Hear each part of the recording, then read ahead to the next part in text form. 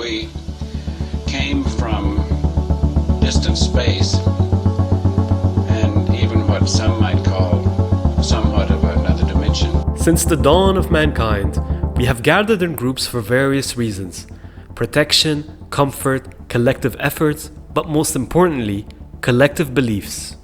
The leaders were chosen or self-appointed based on either mental or physical strength, sometimes even based on spirituality and the oracles, and the people adopted the ideas and these became their foundations.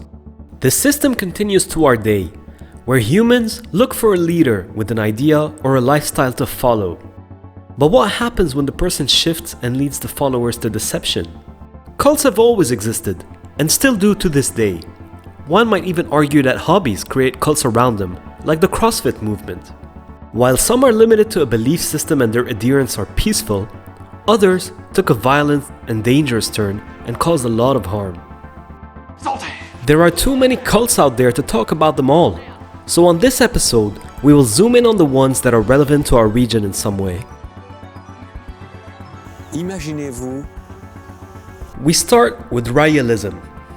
In the 1970s, a French motorsports journalist went on a drive to the mountains. While there, he claims an alien came down from a spaceship and told him that he's a representative of theirs and needs to create an embassy for them to land in.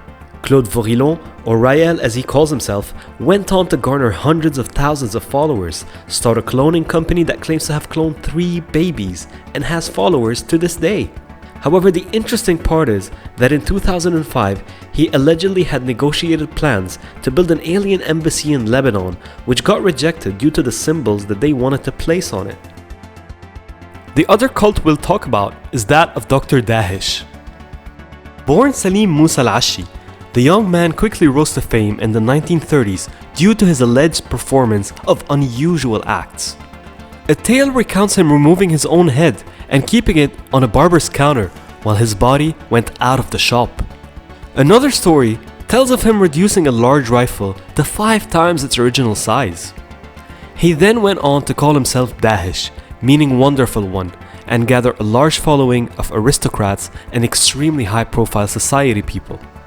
His house was a gathering spot for them, and he even recruited then-President Bashar al-Khoury's sister-in-law, who gifted him the house he lived in. This made the president furious, and he soon exiled him and retracted his Lebanese citizenship. Dr. Dahish, who earned the doctor title from getting a PhD from a French university, amassed an incredible amount of rare art, and his collection is displayed at the Dahish Museum of Art in New York City, surviving to this day. When President Camille Chamoun came to power, he soon allowed Dr. Dahish to return to Lebanon and restored his citizenship. His followers are still around, and so is the mystery and stories that surround him. And so the question is, after looking at these movements, are humans for the most part looking to belong and identify as part of a group, or can an individualistic being exist?